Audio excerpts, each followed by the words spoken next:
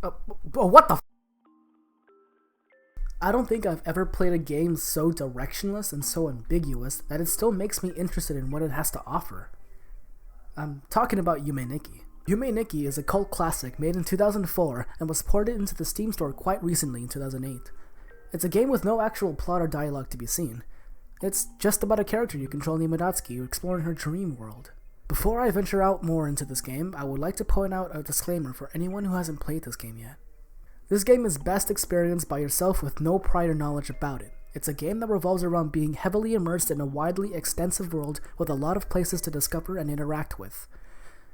Unless you're not into walking around aimlessly for a couple of hours, then this game should be experienced by yourself, hopefully with an explorative and interested mind.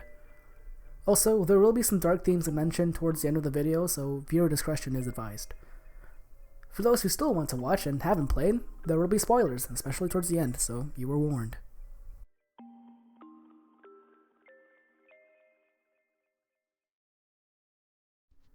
I like the footsteps that we do, it's pretty cute. Okay, well, I entered the bed realm. It's whoa. What's going on here? Alright, can I go into my bed again? Okay, that's not good. Yume Nikki is a game where you control a character named Natsuki and traverse through a wide variety of worlds inside her dream. As soon as you start the game, you'll be taken to a balcony. When you go to your room, you'll see some common household items such as the TV, which has no cable, a bookshelf, a good old classic console, which you can play this game, a desk with a diary that serves as a save point, and a comfy bed. Sleeping in the bed shifts into the dream world, where you're taken to your balcony once again, but this time, the sky seems different. Going through the door inside your room results in another room with more doors that have unique patterns on it. Each door is supposed to lead you to another world, and then can lead to more worlds. The amount of worlds you can go is tremendous, and the amount of hidden events or points of interest are even higher, so high that I can't really cover all of it. The wiki is there for a reason. Sooner or later, you'll encounter effects, a system in the game that can change the appearance of Natsuki, and I'm just gonna call her Maddie from the rest, you know, okay? So, effects can change the appearance of Maddie, and have special abilities such as stabbing or luring NPCs, increased movement speed, or being fat. There are 24 unique effects in total, and collecting them all is essential to get the ending. Something to note about the game is that it invokes a lot of symbolism. Sadly, with my 3rd grade literature skills, I never got to fully understand anything about the game. The game is too ambiguous and free that not everyone can find out what they all mean or represent. Some parts of the game are easier to interpret than others. For example, since the entire game is mostly taking place inside Natsuki's dreams, you can tell that whatever happens in her dreams are usually reflected off of real-life interactions. Can you guys have, like, simpler names, please? Torringen Party Event is a place where some bored people try to party out in the middle of nowhere with some music in the background. Because you can't interact with them directly, since the map blocks you off from going further, it could symbolize our social anxiety when talking to people. There are many more, but too much to talk about in one video. Don't you like sexual innuendos? This game also references to Mother, you know, that game that has Ness in it? I wonder if I'll get backlash if I say I've never played any of those games before. One part of the game changes the aesthetic to a more Famicom version, which is apparently the Japanese counterpart to the NES. Also, while this game has references on its own, the game itself is also referenced in other works, such as Undertale and I'm Scared. It's probably because of this guy. Yeah, it's probably him. He has the scariest music in the whole game, I swear.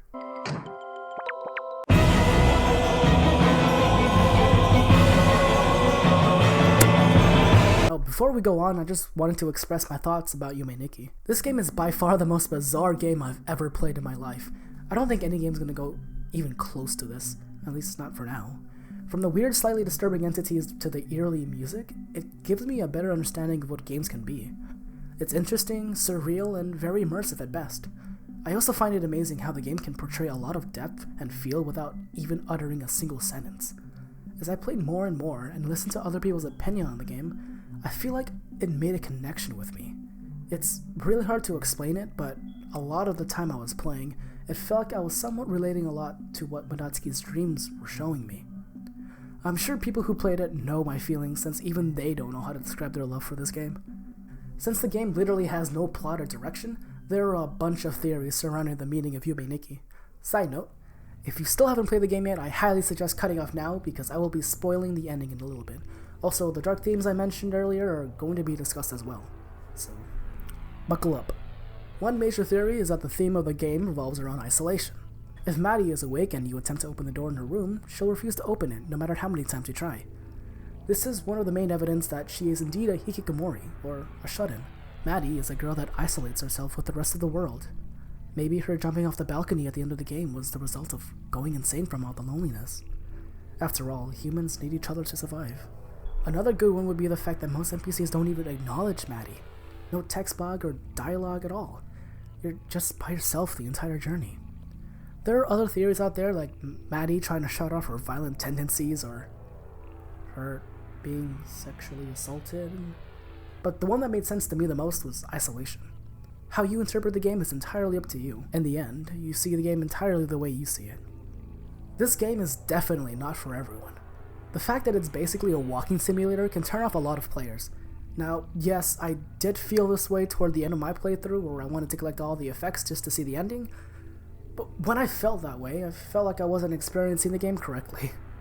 You're supposed to wander around aimlessly, taking note of the environment and what it could possibly mean, discovering places or events that you probably didn't realize were there before, and trying to interpret what the game is as a whole. The game is a mystery, and it makes a good job on taking the player onto such a fantastic world filled with random, nonsensical places. You're probably watching because you wanted to see some random person's opinion on the game.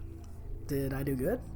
This is my first time doing a game review, if you exclude my effortless So What Is series. Do not watch that, by the way. Please, for the love of God, do not watch that. If this was enjoyable, why not considering liking this video, or maybe subscribing? I do practically nothing but random videos. I'm not sure what this channel is about anymore. Again, I hope you enjoyed this video, and I hope you have a great day. See ya!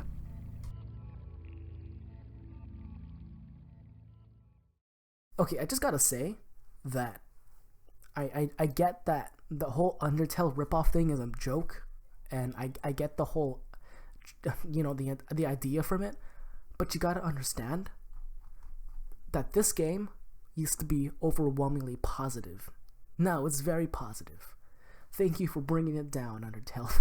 I'll practically accept any other non-recommended reviews, as long as it isn't an Undertale ripoff one.